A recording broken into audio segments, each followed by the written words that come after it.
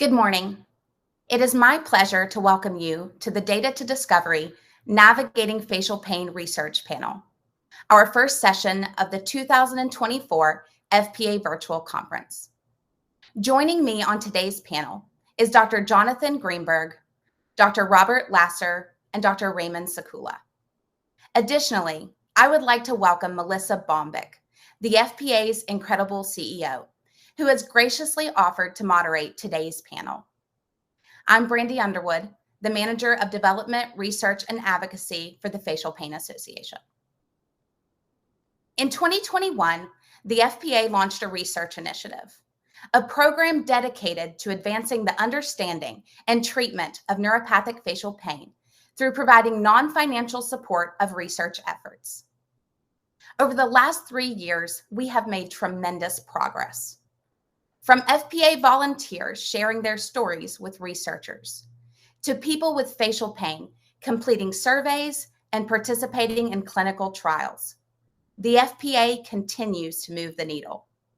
Signing letters of support for researchers requesting grants from the NIH, partnering with organizations to advocate for policy changes, and signing letters of support for increased research funding. We invited Dr. Michael Oshinsky, Director of Preclinical Pain Research at the National Institute of Neurological Disorders and Stroke, to participate in today's panel.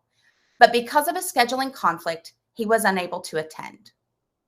I would like to take this time to share an insight he provided about patient involvement in research during a Q&A session I attended at the Alliance for Headache Disorders Advocacy's 2024 Headache on the Hill.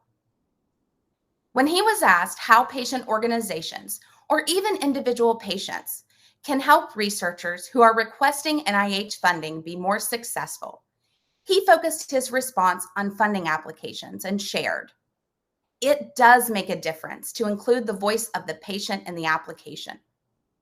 When we look at those applications afterwards, when we look at letters, or if they say, we are going to have this external advisory group that includes patients or professional advocates for oversight on what they are doing, that makes a difference." As we look to the future, I'm excited to share that early next year, we will be launching a patient registry through NORD's I Am Rare program to gather invaluable data and hopefully help move research forward. From the Home tab, click on Our Partners to visit NORD's booth throughout the conference.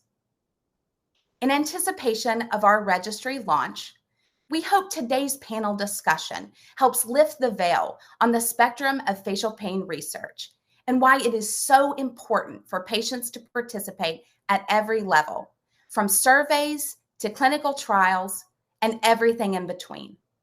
Your voice matters, and we hope to help make sure it's heard. Before we get started, I would like to share a couple of important disclosures. Columbia University Medical School and Dr. Sakula's team is a recruitment site for Noema's clinical trial. Neither Dr. Raymond Sakula nor Columbia University have any financial interest in Noema Pharma. Melissa, please take it away. Thank you, Brandy.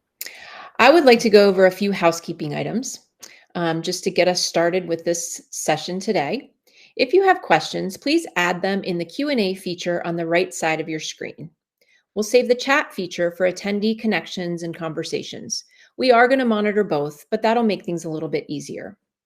Throughout the panel discussion, we'll get to as many questions as we can. Please understand that our doctors are not able to answer specific questions about your specific situation. However, we will ask general questions applicable to the most people living with facial pain. Now, I'd like to introduce our panel. Today, we are joined by Dr. Jonathan Greenberg, a research staff psychologist at the Integrated Brain Health Clinical and Research Program in the Department of Psychiatry at Massachusetts General Hospital, and an assistant professor at Harvard Medical School. Dr. Greenberg brings a wealth of knowledge in mind-body interventions and the cognitive impacts of mindfulness practices, particularly in chronic pain and mild traumatic brain injury. Dr. Greenberg was the recipient of a K-23 Career Development Award from the National Center of Complementary and Integrative Health, as well as the AlterMed Research Foundation Award, the Harvard Medical School Kaplan Fellowship on Depression, the Livingston Fellowship Award, and the Early Career Investigator Award from the Integrated Health and Spirituality Special Interest Group at the Society of Behavioral Medicine. Next, we have Dr. Rob Lasser, a seasoned biopharma executive with over 25 years of experience in the central nervous system space, spanning clinical practice, academic research, large pharma, and biotech. He currently serves as the Chief Medical Officer of Noema Pharma with a focus on developing new therapeutics for trigeminal neuralgia. Most recently, he held an executive role at Sage Therapeutics, where he led the development of zuranolone in depressive disorders. Next, we have Dr. Raymond Sekula, a professor of neurological surgery at the Columbia University Department of Neurological Surgery. He has published more than 100 scientific articles and is a co-editor of the textbook Microvascular Decompression Surgery, a comprehensive look at MVD surgery, widely accepted as an effective remedy for cranial nerve hyperexcitability disorders, including hemifacial spasm, trigeminal neuralgia, and glossopharyngeal neuralgia. Dr. Sekula is also the chair of the Medical Advisory Board of the Facial Pain Association. Last but not least, we have Brandy Underwood, the FPA's Manager of Development, Research, and Advocacy. She also serves on the FPA's Patient Registry Advisory Board and represents the FPA as a member organization on the Alliance for Headache Disorder Advocacy's board. She is a person living with facial pain and a committed advocate for disability rights. As a first-generation college graduate from a rural community, Brandy offers a distinct perspective and actively champions the inclusion and amplification of voices from marginalized and underserved communities. So let's go ahead and get everybody on stage, and we'll kick off the conversation with some questions submitted in advance of today's panel. We'll start with Dr. Sekula. Dr. Sekula, when we talk about research, most people think about the development of a new drug. Why should a person with facial pain participate in research that is not part of a clinical trial for drug development? Well, it's a personal decision for each individual. Speaking from my own practice, which now goes back 17 years, I know that a lot of how we're managing patients with facial pain, particularly surgically, is very different than when I graduated from my training in 2006. And a lot of that is thanks to patients who participated in various trials that we did. So we actively follow more than 1,500 individuals with facial pain that we've performed various types of surgery. I'll just give a few examples. I mean, when I started my training, patients were all recovered in the intensive care unit. I actually, I can recall I had to sleep in the hospital on the nights of these operations because the administration, other neurosurgeons thought it was unsafe to allow patients to be recovered on a regular nursing floor. Now that's fairly routine. And the patients participated in all those questionnaires and how it went and, safety studies and things of that nature. And on, just various improvements that we tried to incorporate came from the patients being willing to talk to us after the surgeries, not just at their initial follow-up appointment, but for years after on the telephone, various questionnaires. So I think it's, really important. Again, it's a personal decision, but and I think it doesn't just help future patients. Many of the individuals on the line today know that this, for some individuals, it's a chronic disease. And so the interval advancements that everyone who handles this condition, not just surgically, but in all different types of ways, the interval improvements that we're all trying to make can directly benefit patients. Fantastic. Thank you. Thank you very much. Dr. Lasser, I have a question for you. You have extensive experience in clinical trial development. Can you explain the process and the drug development timeline? And additionally, are surveys, patient advisory groups, and other forms of research and patient engagement part of the drug development process? Sure, thanks, Melissa. Mhm. The drug development process, so everyone knows, is a lengthy process. It often takes about 6 to 10 years. And the drug development process involves three major areas. I'm going to call them discovery, non-clinical research, which is non-human research, and clinical or human research. The first is discovery, where thousands of different compounds can be potential candidates as a development for a new treatment. And research begins in the laboratory where different kinds of chemical structures are examined based on new insights into a disease that allows researchers to design a new chemical targeting a certain receptor or protein in the body.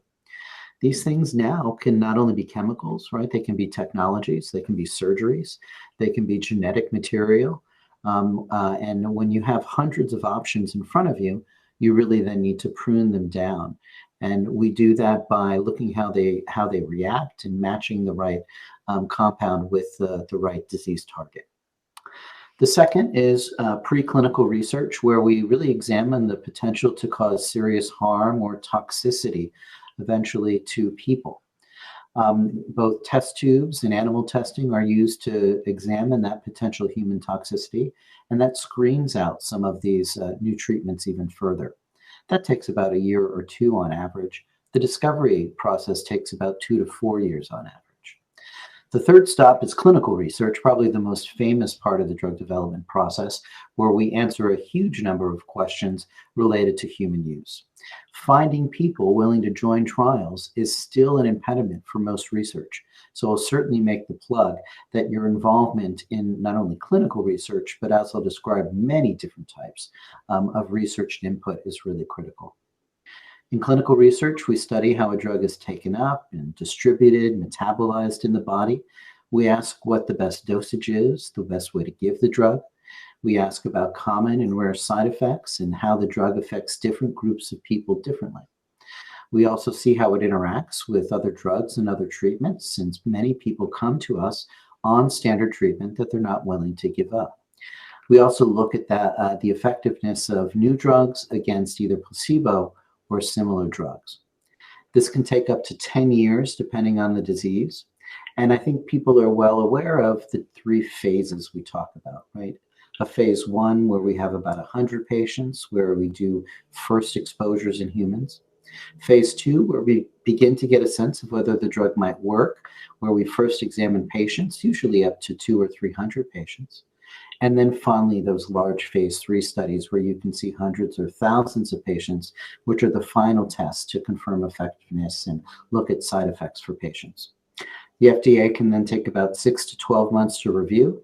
But don't forget, even after a drug is approved, for many years throughout its life cycle, there is extensive ongoing work to ensure that medications are well received and doing the right things for patients and not causing extensive issues with safety or morbidities. So wish it could take longer. Certainly you are a center of that, because the faster we can engage with patients, the faster we can do clinical research, but on whole, a very lengthy and complex process. Excellent, Dr. Lasser. Thank you. That really provides some great insight into that process. Dr. Greenberg, I have a question for you. Earlier this year, you shared that you had a 5th scientific publication originating from the first survey that the FPA members contributed to over 2 years ago. Additionally, the FPA sent a new survey to members this year to help contribute to future research. Can you share some findings from the survey and how these findings can help people living with facial pain? Yeah, absolutely. Well, first of all, thanks for having me. And I'd like to thank the FPA and the members that might be here today for completing these surveys. So basically, there are a lot of, I'm a psychologist, there are a lot of unaddressed psychological and emotional needs that are severely unaddressed in people with chronic or facial pain. And to help address those, it's really important that we locate and identify the specific challenges that these members experience and really amplify them so that there are treatments available and so that we can identify the specific needs and develop treatments that address these needs.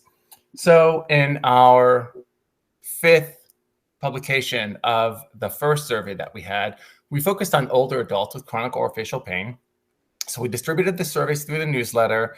I'm sure some of the people that are here today might have clicked on the link and completed that survey. So thank you so much for doing that. And in that survey, we actually looked at the relationship between anxiety and pain intensity, and between anxiety and pain interference. So pain intensity and pain interference are a bit different, right? Pain intensity is like the subjective feeling of how intense the pain is. Pain interference is the degree to which the pain actually interferes in our daily life, in our daily living, the degree to which, because of the pain, I'm not engaged in my social relationships or in my work, or I'm not able to fulfill my duties as a parent or in my occupation.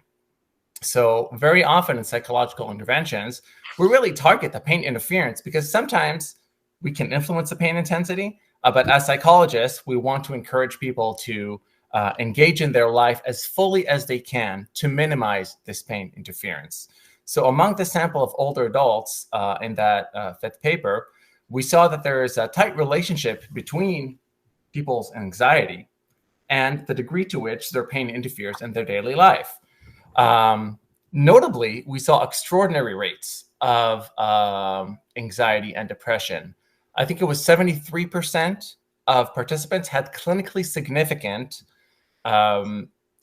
symptoms of either anxiety or depression or both. Now, it doesn't mean that they had a specific, diagnosis of clinical depression or anything like that, but it crossed the clinical threshold so that it is bothersome in their day-to-day activity.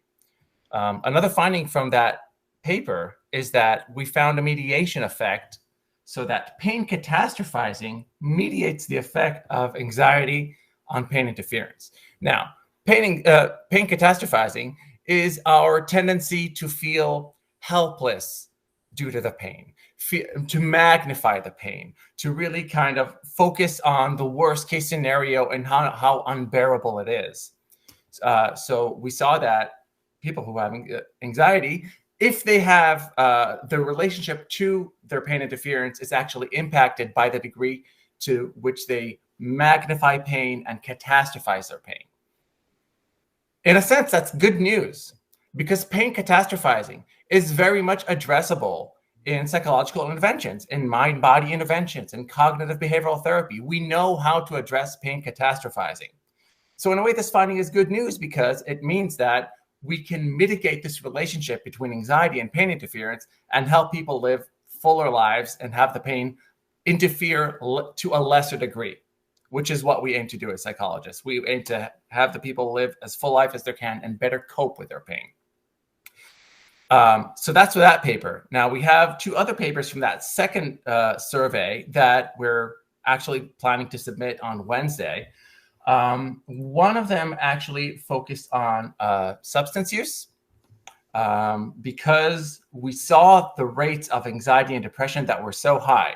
And some of our findings really indicate that people with facial pain face extraordinary challenges with not being believed by their doctors, feeling socially isolated, having trouble talking, dealing with pain that is unexpected.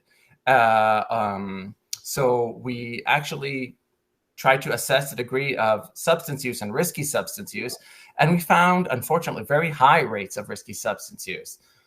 So almost like 44% of our participants, a sample was about 250 people, they engage in risky substance use. So substance use that could be alcohol, tobacco, cannabis, opioids, sedatives, and a few other substances. It crossed the threshold of being risky, which means it can impact their lives in a negative way. So that is a really unaddressed field, risky substance use among orofacial pain, people with chronic orofacial pain. And the second paper, which we're submitting next week, has to do with suicidality and suicidal ideation and self-injurious behaviors. I was pretty shocked when I saw the results. So we asked people some questions about, their suicidal thoughts. And I know it's so tough to answer these questions, and I appreciate everybody's honesty. 34% of our respondents reported having at least some thoughts of suicide in the past 2 weeks. So like over a third thought about suicide in the past 2 weeks. 30% reported thinking that the world would be better off without them. 58% reported thinking about their own death in the last 2 weeks. So these are extraordinary numbers, which is heartbreaking, but it's also really important that the world knows about this so that we can develop these interventions for these people. And that's really our mission. Excellent, Dr. Greenberg. Thank you so much. We have a question for all of the doctors. Brandy, I'm going to let you direct this one. How important is collaboration between different specialties like neurosurgery, neurology, psychiatry, and orofacial pain in advancing research and treatment options for facial pain? Melissa, thank you for that question. As I'm sitting here listening to Dr. Lasser talk about the clinical trial development or drug development in general, Dr. Greenberg sharing his research on, kind of the patient experience. And then as Dr. Skula brought up, treatments that have changed since surgical treatments that have changed over time. I think it is important for all of these specialties to communicate so that we're treating the whole person, right? It's not just one approach, because if the medication helps, but we're not addressing mental health needs, then we're still not serving the person living with facial pain. And, that's so important. And in the beginning, I shared about, some advocacy work that we've done with Headache on the Hill. One of the things we advocated for there was, the Clinical Trial Diversity Act. Even though we're doing these studies and this research, even more than interdisciplinary, is reaching communities we're not currently reaching. So, as Dr. Greenberg shares the results of his study, how many of those participants are from rural communities that may not have access to mental health services. So even if we identify these needs, are people then able to seek treatment or seek care or have access to, these different specialties? So as we think about that interdisciplinary approach to helping people with facial pain, we also need to think about, are those communities, do they have access to that? Excellent. Does anyone have anything to add to that? Sure, I can say a few words about it, both from my clinical practice and work now. The coordination of care is an issue that doesn't go away, right? We have it in everyday care, and it's no different if you're thinking about research. So a lot of the work that we do does rely upon histories, patient records, the important ability to sort of gain whether or not a patient's different now than they were before. And, that doesn't mean that it's not only patient reviews, it's getting information right from other people in the family as well, but it's also reaching out to other types of treaters. I and Jonathan can tell you, working in mental health, it's not usually on the top of the list of people willing to tell you or talk about the fact that they have a psychiatrist or a psychologist on board as part of their treating network. They may even hide it, right, from some other doctors as well. Mm-hmm. The main message is, there shouldn't be stigma, although there still is, around basic mental health. I think we're getting better, as a society. But as I, listen to Jonathan's discussion, it's heartbreaking that so many people probably suffer in a large degree of silence, given that, they're suffering with something people can't see. Right. So they just blow it off and think it's just somebody being difficult or whatever it might be. And certainly left with feelings of suicidality, depression, anxiety, and the like. So I'd say that while it's critical for research and important, I think it's even more critical that people are able to talk about and get access to these issues. I have found it's more uncommon lately that often people come to research and it's the first time they may be getting some focused medical care on a lot of different issues. And what makes it difficult is that may be only open to folks who are in major centers, right? Major population centers, or who are savvy about research, right? It's difficult to maneuver through the healthcare system as it is. It's not easy to navigate through the clinical trial system either.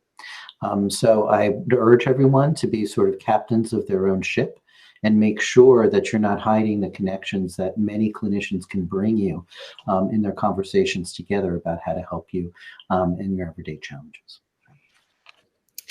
Excellent. Excellent. Thank you. I have one more question for Dr. Sakula, and then we are going to move into to questions that are coming in from the people who are attending. Dr. Sakula, sorry, what are the biggest gaps in current research on facial pain? And as a follow-up question, how do you think the FPA's patient registry could help to address these? Well, there are unfortunately a number of large gaps. Although I would say that this area of facial pain and trigeminal neuralgia is in a much better place than it was 15 or 20 years ago. In fact, even just the fact that we have a drug in a phase 2-3 trial right now is quite exciting because it's the first drug in trial in the United States in more than 5 decades. So that's very exciting. But I guess I'll provide 2 examples. Preclinically, or what Dr. Lasser referred to as non-clinically, on the side of, let's say, working with animals to model a human condition. If you think about it, the model that the researcher creates, and in our lab, we've been using something called the infraorbital ligation model for more than 10 years. And I've had it's a great model for what it is, but I've had some problems with that model. But I think anybody in the audience can understand this. We have multiple branches of the trigeminal nerve in our face, but there's 3 large ones, and one is the infraorbital branch just under the eye. And so that model was developed by tying a chromic suture around it that caused irritation to the nerve. And then there's a subsequent behavior in mice and rats. And so if you think about it, that model mirrors really just one type of trigeminal neuralgia, certainly not classical trigeminal neuralgia. And I want to be clear, probably most of the individuals on this call for this meeting today, probably many of them do not have classical trigeminal neuralgia. And the staff of the FPA has gone to great lengths to not make this conference all about classical TN, because that's just one of maybe 20 types of TN. But in any event, when you're studying, like we have a study, a drug discovery study through the NIH using that model, but any drug that we can develop, or any insights that we glean from that model, will most likely be helpful for people who have peripheral injury to a branch of the trigeminal nerve, not, let's say, somebody who has herpetic zoster TN or somebody that has MS TN. So there's real limitations to that model, and that's why new models are important. And fortunately, the NIH is now funding new models. So there's a new model from Boston that is, I think, a good one. It's an improvement, and we're working on a new model. Our colleagues at Johns Hopkins are working on a new model. I don't know how many others are out there. So that's exciting. And then from a clinical side, I think you've already mentioned a number of them, but there's tremendous gaps in research and the registry can really help, I think, in the following way. And Joanna will talk about this too a little bit. And is that, when you think about facial pain, there are, as I mentioned, at least 20 types. There are many types. And so when you try to lump facial pain together, like, if you were to have a recording of this conference from, say, 2010 or 2012, you'd hear all of this talk of type 1 TN and type 2 TN. And while that was, a nice attempt, it was totally wrong, because what you were doing was lumping different types of facial pain into these statistical boxes. And the therapies can't really work. The idea of the registry is to really partition these groups to create more personalized care. And so I think that, for example, in my clinic yesterday, and this would be true of almost any clinic I have, there were some patients with facial pain that I could really directly help. And there were 3 yesterday, you talk about heartbreaking, that I definitely can't help with any surgery. Hopefully I could point them a little bit in a better direction than where they were, or prevent them from doing something that would hurt them. But I leave my clinic every day, certainly not feeling like I've beaten won every record, because I fail every day treating people with facial pain. There are large gaps. Thank you, Dr. Sekula. With that said, I'm going to put up a question about anesthesia dolorosa, which is a question we get all the time. And that is, are you aware, is any one of you aware of research being done for people with that condition? Well, I can just start and then let my colleagues jump in. I mean, I'm not so sure what's being done, from a preclinical or non-clinical side. I mean, that's fairly tough to model. But from a clinical side, I would say that, there are a couple of approaches to the condition. I mean, one is to perform neuromodulation, which you'll hear about a little bit later today, which is basically to introduce electricity into the body to kind of trick the brain to not feel the pain the way you do. And another way is to introduce various drugs in minute quantities into the cerebral spinal fluid. And so those are referred to as like intrathecal catheters. That means into the covering around the brain and spinal cord, and perfuse small doses of medications such as Prialt or Ziconotide, which is one of only 3 drugs that's been developed in the past 50 years that actually helps with pain. That's how few drugs we've developed in the last 50 years for pain. And that has a lot to do with poor modeling.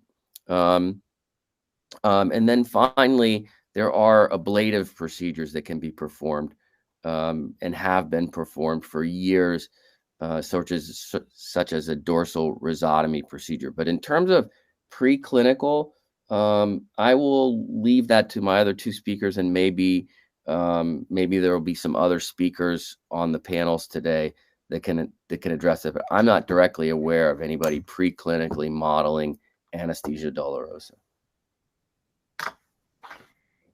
Thank you. Dr. Lasser, do you have anything to add? Unfortunately, I don't, but I agree. I think there are some speakers, particularly Dr. Z as well, may have some insight into what preclinical models are good. Melissa, I will add that, the FPA does help submit letters of support for doctors who are doing research, and not all of that information can we make publicly available. So just know that there could be research pieces out there that are looking at anesthesia dolorosa, but they're not publicly available at this time. Excellent. Thank you. I have a question for Dr. Greenberg, and this is something that you may have addressed partly in your original talk, but that was, or in your original answer to a previous question. Somebody's asking if you could share comments on how to determine when it's time to adapt and accept that there's no treatment to improve quality of life versus the emotional and physical strain caused by continuing the frustrating attempts to get help.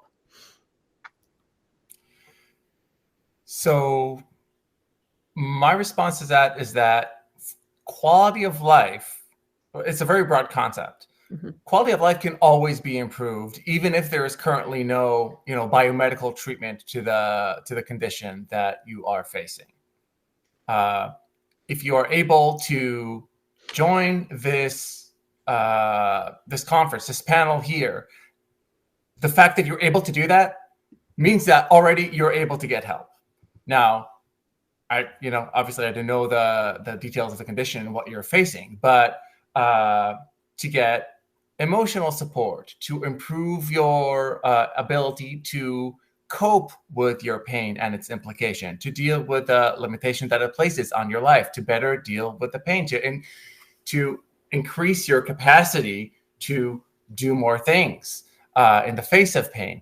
These are all things that can improve your quality of life, regardless of the biomedical treatment that you may or may not be able to go through. So the term acceptance is very important, right? It refers to the fact of stopping to struggle with things that we cannot change. So maybe that you're facing a condition or something that you're unable to receive, like a medical trial or medicine or a medical procedure that you want to. But I think it might be a bit of a misuse of the word acceptance, because it sounds like it's like, oh, okay, so I should give up on my ability to live a good life and to improve my quality of life. And I would argue and encourage you to consider that there's always steps that you can take to improve your quality of life, regardless of the specific medical treatments that you're going through. And that's a key part of, psychological treatment and emotional support that are always there. I would encourage you to, try to keep on top of, talk to your doctor, keep on top of research opportunities. They're always there, but there are always things that you can do to improve your quality of life and living with pain. Excellent. Thank you, Dr. Greenberg. I have another question about disability benefits. How can all the data studies help get Social Security to recognize facial pain disorders for disability benefits? Melissa, I'm happy to speak to that on kind of the policy side. And then I would invite one of the doctors to kind of talk about how research studies can help that, or what patients can do to share those. But the Social Security Administration had issued its first ever guidance in the Blue Book, which is a set of policies that helps determine who qualifies for Social Security disability benefits. And the guidance, I believe it was last year or the year before, included or mentioned trigeminal autonomic cephalias, but did not go so far to mention, cranial neuralgias, specifically trigeminal neuralgia. And so on the policy side of what the Facial Pain Association is doing, partnering with organizations to advocate for national, changes, that's one area where we're hoping to make some progress. And so I can speak to the policy side, but I'd love to hear from one of the doctors on how we can share your research to be able to help patients. Well, I think maybe Dr. Greenberg can share some insights from some of what he's stated. I mean, which is what drives a lot of us in this area is, how debilitating this condition is. I think eventually some of his data will be used to direct how these individuals get disability. Can you talk about that, Dr. Greenberg? Well, our data can and hopefully will eventually change, like policy and Social Security and things like that.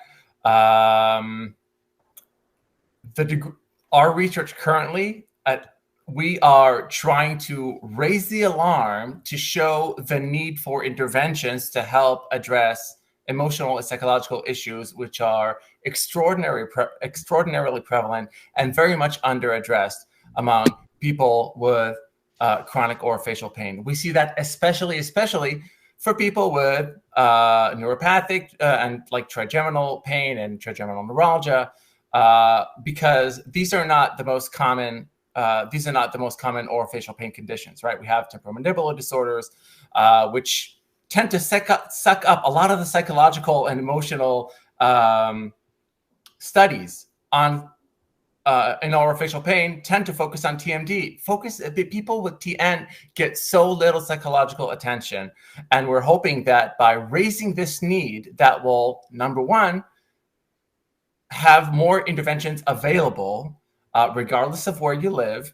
And number two, hopefully get these people, Social Security or the benefits that they can benefit from, because it will highlight a wider picture of the challenges that they face and their disability that is not only very limited to the strictly biomedical model. It may highlight other needs that may warrant disability compensation and extra support.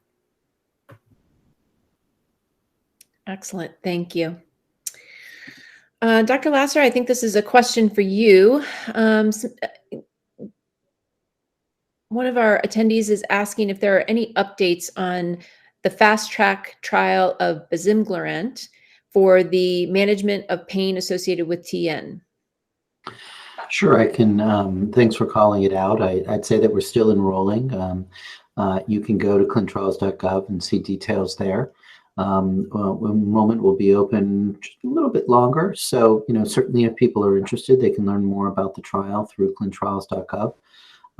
The fast track designation is something that was awarded in 2022 to the company and the program, and that continues through the timed plan for submission for any additional trials we may need to do. And so that's a process that continues and allows us to have more frequent and intensive communications with regulators as needed. Dr. Lasser, may I ask a follow-up question to that? Of course. With the fast track status, are people with facial pain who other medications that may not, sufficiently control their pain, are they able to have access to like a compassionate care? Could you speak to that? Sure, important question. And maybe I'll describe the fast track process first so everybody knows what we're talking about, and then touch a bit about compassionate use.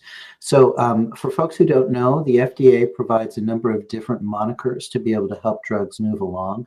The first program is a fast track program. It's designed to facilitate the development and make a more speedy review for important drugs that treat serious conditions and fill an unmet medical need, which certainly trigeminal neuralgia does. The primary goal there is to get important drugs to patients faster and address a broad range of conditions. And when we think about those conditions, it's exactly what we've heard about today. It's serious and that affects survival, day-to-day functioning, progression to more severe states, really the core of what we're thinking about, the need to treat this kind of pain more easily. And especially when there's not any drug treatments available now, essentially what we call an unmet medical need. And as we've heard, there hasn't been a new drug trial in many decades with respect to trigeminal neuralgia. And so what we get to do when we have fast track is talk more frequently, FDA, talk about clinical designs, if there are biomarkers and such we need to do. And like I mentioned, we do have that and we're still open to enrollment. Now that's kind of separate from compassionate use. So fast track is a process, right, that the FDA uses. Compassionate use is typically available for patients who are in clinical trials or extending their time in clinical trials. And they're only used when there are no additional trials available. So, for example, we have an open label extension that allows patients to continue. We're hoping for positive results and patients will continue to have access after that period of time. But remember, the compassionate use scenario is really based on the company, right? The FDA can't mandate that people make drug and give it out. It really is the specifics of the company and how we work through that with different investigators. They're big programs and small when it comes to compassionate use. Just because patients aren't making large extended access programs doesn't mean on an individual basis that there might be places where patients in conjunction with the investigator can get access to the medication past say an open label extension, what we call a named patient program. And there the investigator really works with the FDA to make that available and companies make drugs available. So there are a lot of different kinds of compassionate use, but it's not necessarily connected to fast track, but it makes sense, right? Folks who have an unmet medical need and really need a new drug that would get fast track also are looking for that compassionate use. I hope that answers a bit of the question. That's very helpful. Thank you so much. I want to address just a couple of questions quickly that are in the Q&A. One of them asks about access to Dr. Greenberg's papers, and we do have some of those, and we can ask Dr. Greenberg, when access is available to the rest of those. Yeah, so the ones that I talked about 3 today. One of them is already out, the one about older adults and pain catastrophizing mediating the relationship between anxiety and pain interference. The other 2 are only being submitted to publication next week, hopefully on Wednesday. Peer review takes a long time.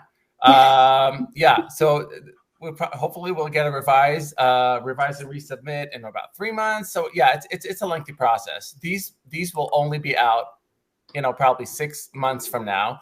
But we do have 5 papers that are already out now, and they also have to do with psychological processes and their relationship to chronic orofacial pain outcomes.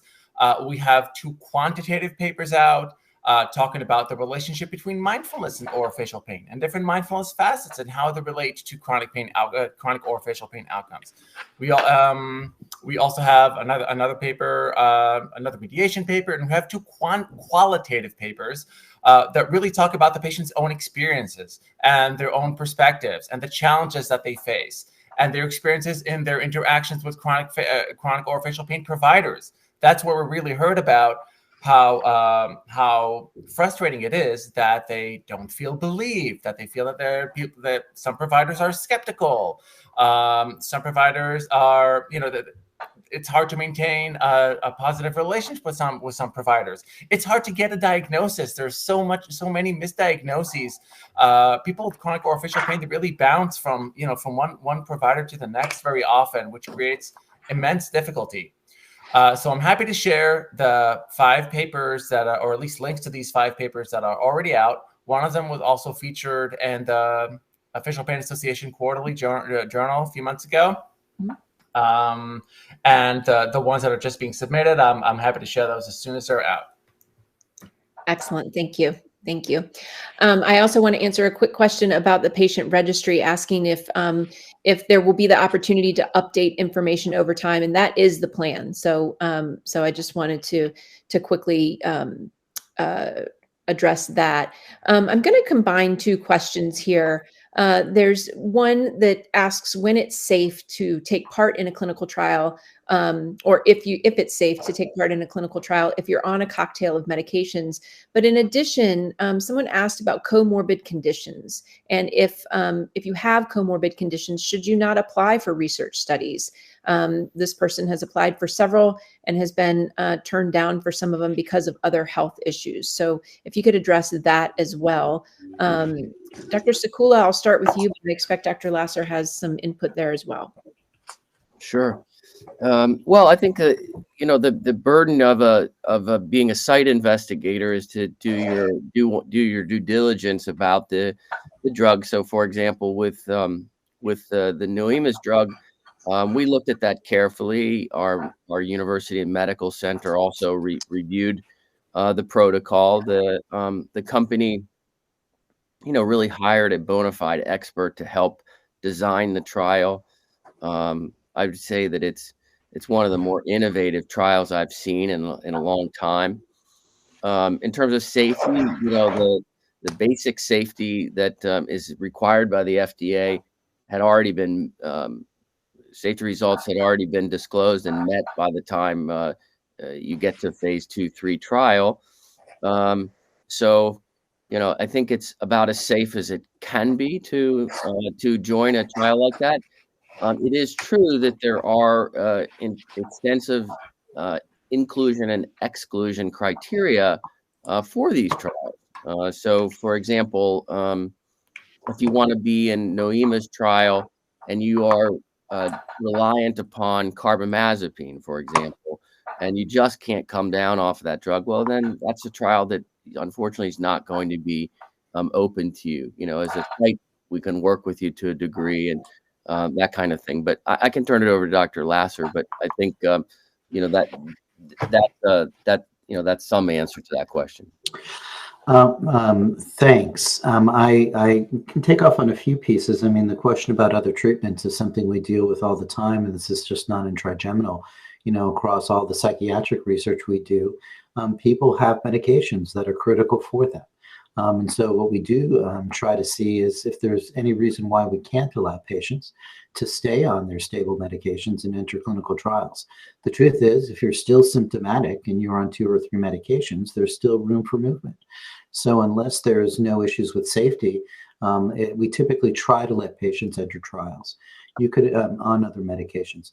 You can, here as was described, we have a monotherapy trial. So that means that you only need to take 1 medication to control pain, which is often why, the main reason why we don't allow people to stay on treatments. But many of them are add-on scenarios where we do allow patients to continue and simply add on a new treatment and look at the benefit there. The issue of comorbidities is a tough one. We do it to protect people as much as to help the process move along. It's really difficult, I imagine, not only at site level, but I've dealt with this before, of encouraging people to get involved in research and then they're not selected for studies. And mainly those comorbidities are there.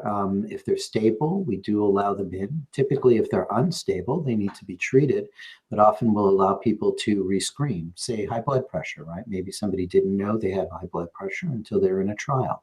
So we allow for that. But major comorbidities sometimes are not allowed based on perhaps the drug itself and some damage it may have to certain parts of the body that may not be good for you. But generally, those inclusion and exclusion criteria are meant to keep folks safe and about exposing patients only at the right time while you're developing them in this really long span of time. When I have to talk to patients about not getting to join trials, I do remember, try to remind them, and we've been talking about it here, there's so many other ways to contribute, to make your voice heard, other than necessarily joining a trial. So really be open to surveys, to interviews, to non-medical research, joining registries, even talking in support groups are all ways to represent your experience with facial pain. It doesn't necessarily have to be within the context of a clinical trial. And remind you that a lot of the work that we do leading up to how we examine it in a study, what kind of scales we use, a lot of that work is based on the work we do with FPA and that other folks are involved in so that we can understand what we should be looking at when we're doing research for trigeminal neuralgia. So it's complex, but I'll thank everyone who's given it a try to be involved in trials. Don't give up. There are certainly other ways to make your voice heard and be involved in the global concept of research. Well said. Great. Thank you. Thank you. I have a question about off-label medications being covered by insurance. And Brandy, I might let you direct this one. How do the costs to the patients get set? And how do we get off-label uses covered by insurance when we almost always end up being an off-label use or dosage? Why does the insurance industry get to stand between a patient and a treatment? So I would probably allow the doctors to talk about kind of the insurance that they deal with on that side. But I can say one piece that, again, I hate to go back to the advocacy, but that's really the work that I do combined with in the research space. We've been advocating for passage of the Safe Step Act, right? That would help to allow patients to access medications that their doctor prescribes in the first place, even if that's an off-label use, as opposed to having to fail other medications before their insurance will cover that. And so that is one, area of advocacy we are involved in, again, with the Alliance for Headache Disorders Advocacy, but we're not the only one in that space. The Epilepsy Foundation, many other patient organizations, including, I believe, the American Academy of Neurology is also advocating for passage of the Safe Step Act so that doctors do get to determine what's best for their patient without the involvement of insurance companies. When we're talking about off-label use too, I know that there's at least one clinical trial. I believe it's with Dr. Barad at Stanford, looking at Botox as a potential treatment for trigeminal neuropathic pain. So, I think there's and there's been other CGRP drugs that have been part of clinical trials as well. So those that are used off-label, I think that does help inform doctors as to where, and researchers as to looking at more clinical trials, more options when they are being prescribed by physicians. Would you like to follow up on that, Dr. Sekula? Sure. It's a difficult area. I mean, to try to answer this question as directly as I can, how do the costs of the patients get set? I'm not the best person to answer that, but I can say that often how these drugs, when they're prescribed, for example, there was a time when those of us who were helping prescribe drugs for trigeminal or various types of TN were using duloxetine. And I would say on average, it would take maybe 4 hours of someone in our office to get approval for a patient to have that drug. And there's obviously, we have limited support in our offices, but the more our offices did that work and donated that time, the more that drug insurers would start to permit those to be covered. And there are advisory panels for insurers. So I don't have any financial relationship with any drug companies, but I used to sit as a consultant on one of the large Blue Cross Blue Shield, what was referred to as their neuroscience committee. And that was a terrific experience. I did that for almost 10 years. And so an example would be they would come to us and say, again, I have no relationship to duloxetine, but they would come to us and say, we've seen this increased surge of requests for duloxetine. Is there any data to support the use of this in patients? Well, that's where you get into patients being willing to be involved in clinical research. So in other words, there have been trials of duloxetine for TN patients, off-label use, and those patients who participated helped allow more and more insurers. It usually starts with the Blue Cross Blue Shield providers to agree to cover the costs of that. And then the last question: why does the insurance industry get to stand in between a patient and a treatment? That's a pretty good. That's a pretty good question. Maybe I'll leave that one for Dr. Lasser. That's a tough one. Yeah, I'm not sure I can answer that myself. And it doesn't seem like the way it should be, but it's something we certainly have to manage. And that's where policy comes in, is Yeah. trying to change. Absolutely. Yeah. That's a problem. And trying to make those changes. Well, that seems like a good place to sort of wrap this up. We are getting to the end of our time, so I'm going to make that the last question. Dr. Lasser, Dr. Greenberg, Dr. Sekula, and Brandy, thank you for sharing your insights on various types of research. It was really, really informative.